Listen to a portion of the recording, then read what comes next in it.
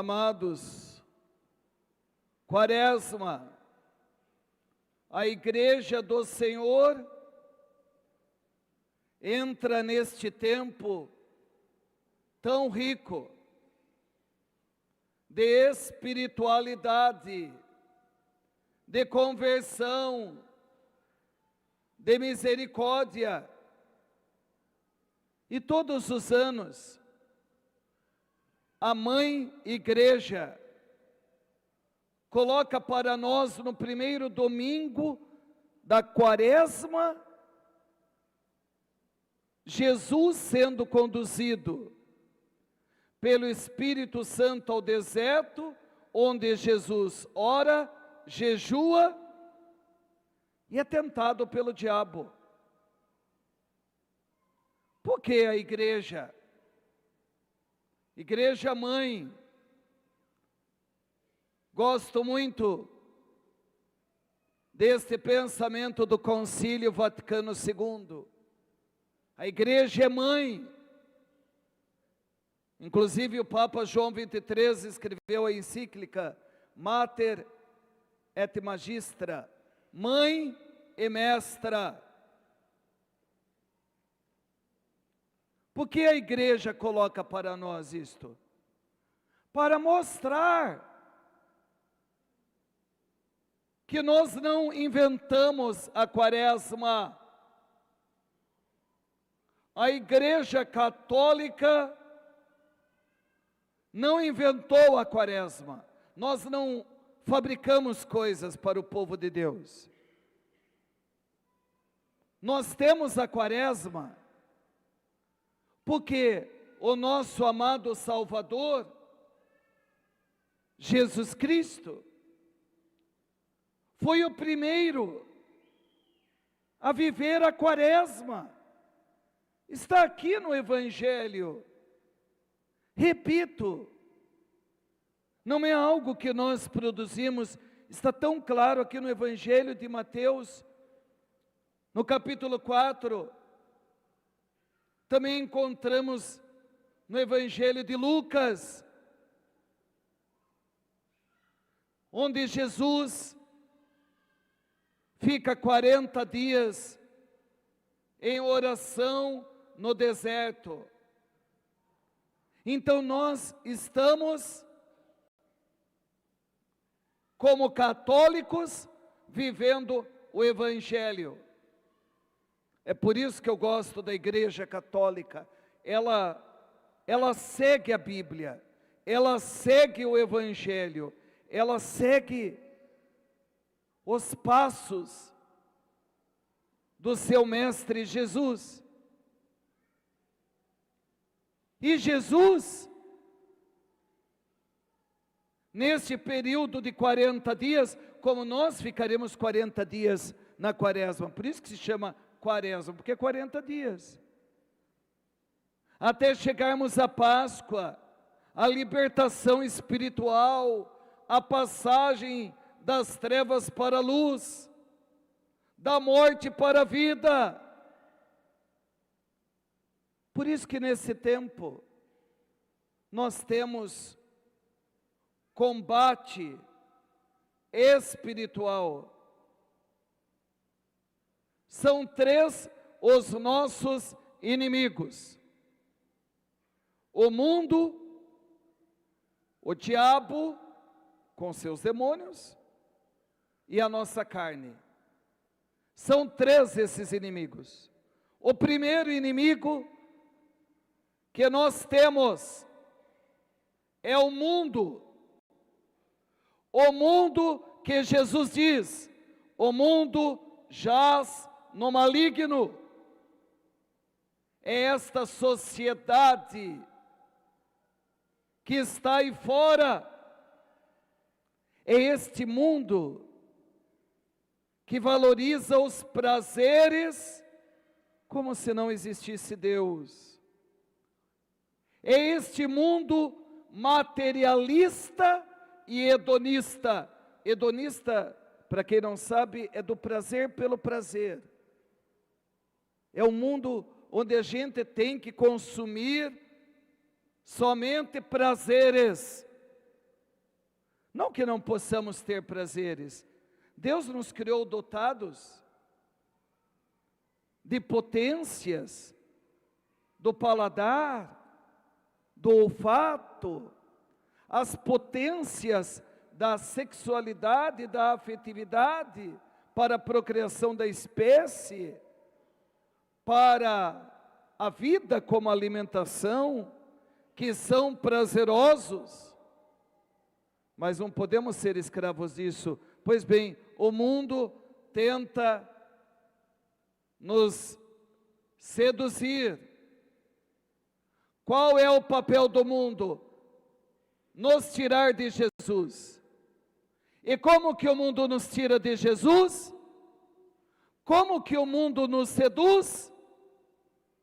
Senão com suas ideologias políticas, com suas filosofias de vida, com sua mentalidade, repito, profundamente materialista, egocêntrica. Eu que importo, o indivíduo, a pessoa, é o grande inimigo que nos seduz. É uma tentação. O segundo inimigo é o diabo e os seus demônios. Esses seres, como dizia o Papa Paulo VI, na década de 70, esse espírito pervertido e pervertedor, esse anjo decaído, chamado diabo Satanás, autor e princípio do pecado, que não é uma figura mitológica, nem medieval, é uma realidade. Infeliz da paróquia, da igreja, que o sacerdote não ensina aos seus fiéis a realidade desse mundo espiritual, dos anjos e dos demônios. Pois o diabo é atrevido, e todos nós somos tentados pelo diabo. Se você falar que você não é, você é um presunçoso, uma presunçosa, um orgulhoso, uma orgulhosa, um homem soberbo, uma mulher soberba. Todos nós somos tentados.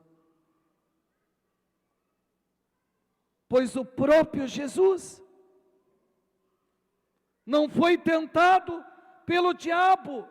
Olhe como o inimigo é atrevido. Se tem uma coisa que o diabo é atrevido. Ele não subiu as montanhas para tentar o Filho de Deus. Olha a audácia, que atrevimento. E ele não vai subir no monte da tua história para te tentar, para te seduzir. É ele, é o inimigo que sopra em nossos ouvidos palavras vãs. Ele nos aconselha, ele diz: vai, traia, vai, todo mundo está aprontando, vai você também, adultera. Vai, abra a tua boca e solta agora uma calúnia. Vai, faz um comentário, uma crítica, uma fofoca.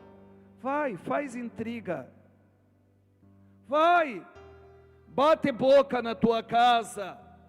Vai, comece agora essa discussão. É ele que nos fala aqui, nos ouvidos. Bobagem. Não vai na missa. Deixa a igreja.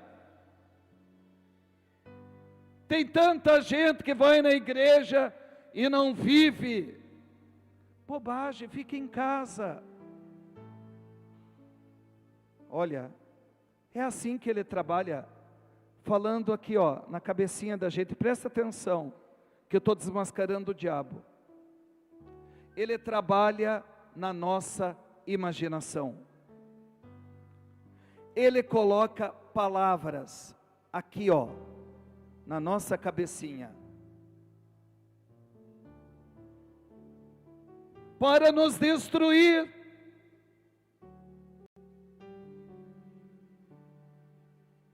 A imaginação é algo terrível. Eu me lembro uma ocasião que eu cheguei lá na Santa Casa, no hospital. Eu estava com um problema tão grave, tinha acabado de acontecer uma coisa tão desagradável, eu estava tão nervoso. E aí quando fui entrar na minha sala com aquele problema resolvendo, eu nem reparei quem estava lá direito, mal cumprimentei. Aí uma pessoa depois disse: ai padre, o senhor nem me viu, nem me cumprimentou direito. Começa aquele choro, né, de carência. O que é isso? É o demônio. Eu estou ali ocupado, eu estou num estresse, mas quando eu passo, o bichinho já fala com a pessoa: está vendo? Ele não gosta de você, você é desprezada, você não é ninguém. Ó, como é assim que ele faz. E a gente entra no jogo dele, todos nós, hora ou outra, caímos. O mesmo acontece, às vezes o marido ou a esposa nem pretendia magoar, mas vem aquela vozinha, aquela fantasia, ele lança discórdia, ele fala coisas bonitas. Não se deixe levar por quem fala coisas bonitas, até coisas de Deus, porque o diabo fala coisas de Deus.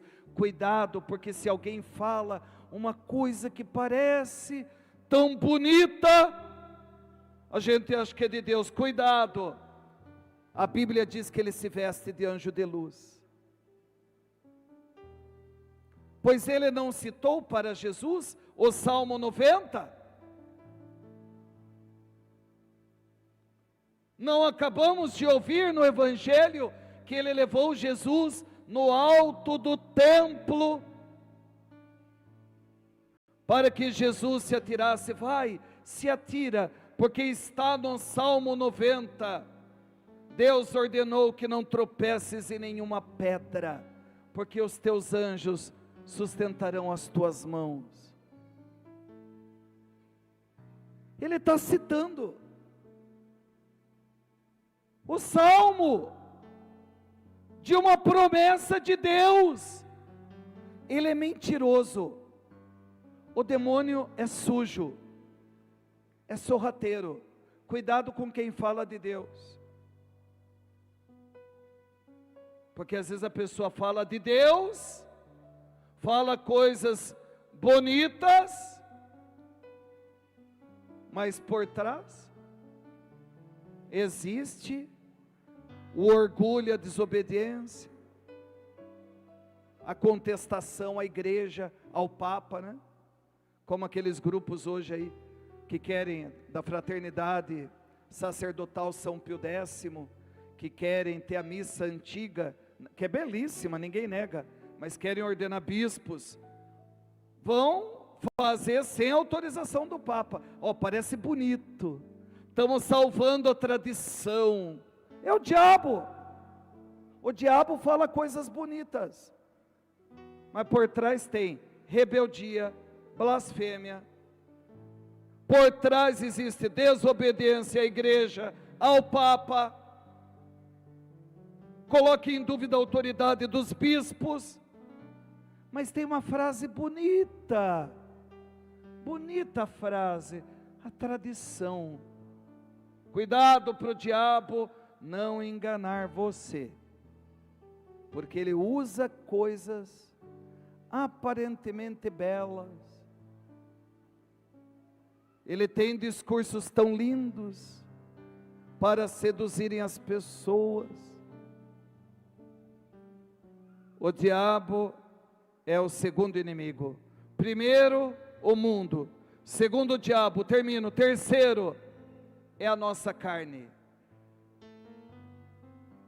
É a nossa natureza, que o apóstolo Paulo chama este corpo de morte. É o mistério da iniquidade que habita em cada um de nós. Em cada um de nós habita este homem velho, essa mulher velha.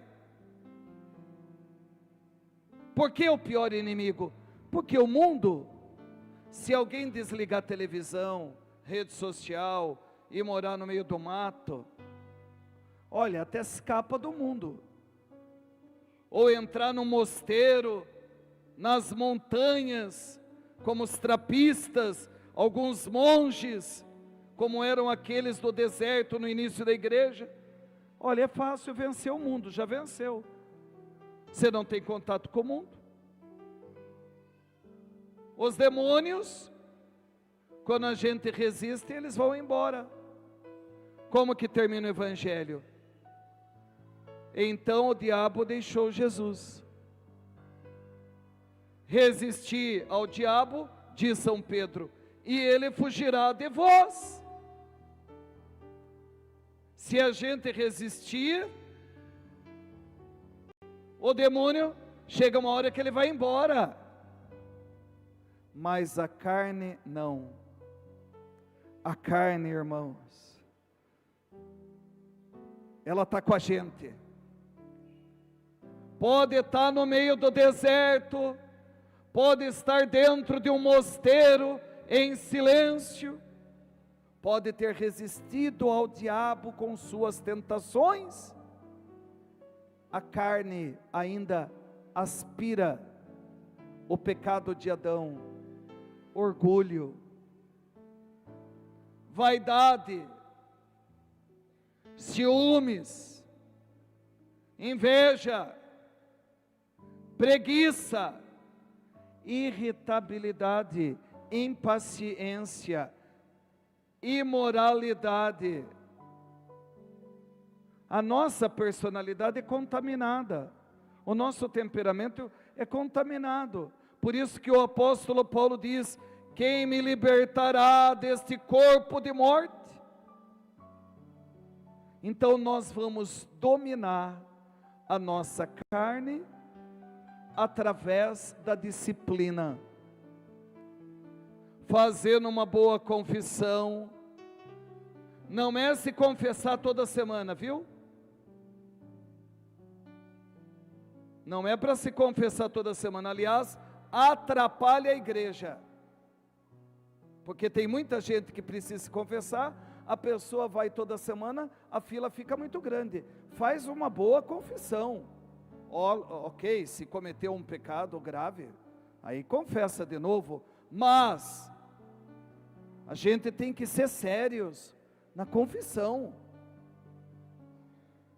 Faz uma boa confissão nessa quaresma, seja nessa paróquia, em outras. No final de março vão ter aqui um mutirão de padres, tem aqui todo dia confissão, as outras paróquias já estão tendo uma boa confissão dos pecados, uma boa penitência. Penitência não é só comida, também é, mas não é só. Pode tirar o café, pode tirar um doce, pode tirar um lanche, pode tirar alguma guloseima, não sei. Pode ser a penitência do sono. Então vem na missa, sexta-feira, aqui, toda sexta missa da penitência, às 4 horas da manhã, às 5 horas da manhã, tem que levantar às 4, é isso que eu quis dizer, tem que levantar às 4, é penitência do sono, é uma penitência. a penitência da língua. O Papa Leão disse: nessa quaresma, façamos a penitência da língua. A língua, a gente fala demais, comenta demais, julga, fofoca, crítica. Vamos controlar mais a língua. É um jejum, sabia? Aprender a ficar de boca fechada. Eu vou repetir: vamos aprender a controlar nossa língua. Tantas penitências: oração, penitência e a esmola. A esmola, que é a dimensão social, que o mundo odeia. Quando você começar a cuidar dos pobres, quando você começar a defender os que sofrem, o diabo vai ficar bravo, aí vão chamar você de comunista. Eu, por causa da Santa Casa, pelas vezes que eu defendi os pobres, os doentes, ficaram espalhando fake news contra mim, mentem, caluniam, padre esquerdista. Mas por quê? Porque eles odeiam os pobres. Porque é a religião que não cuida dos pobres, é religião pagã. A igreja de Jesus Cristo está nos evangelhos. A igreja de Jesus Cristo cuida dos pobres. Cuida dos pobres. Pode aplaudir. Não tenham medo de cuidar dos pobres. Deixe que eles falam. Deixa que eles falem contra nós. Deixa. Eles não têm Jesus no coração. Eles são cruéis. Então a esmola é nós nos preocuparmos com o sofrimento das pessoas. Vamos, amados irmãos e irmãs, travar este combate espiritual, superar o nosso pecado, o nosso egoísmo, para daqui 40 dias celebrarmos a beleza da Páscoa do Senhor. Em nome do Pai, do Filho e do Espírito Santo.